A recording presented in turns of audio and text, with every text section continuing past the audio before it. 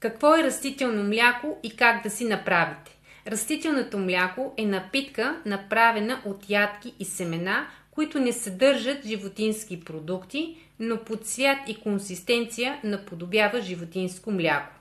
Растителното мляко е здравословно и полезно, с високо съдържание на витамини и не съдържа лактоза. Има различни разновидности, които да се направи растително мляко. От овесени ядки, чия семена, тиквени семки, конопено семе, бадеми и други. Как да си направите бадемово мляко?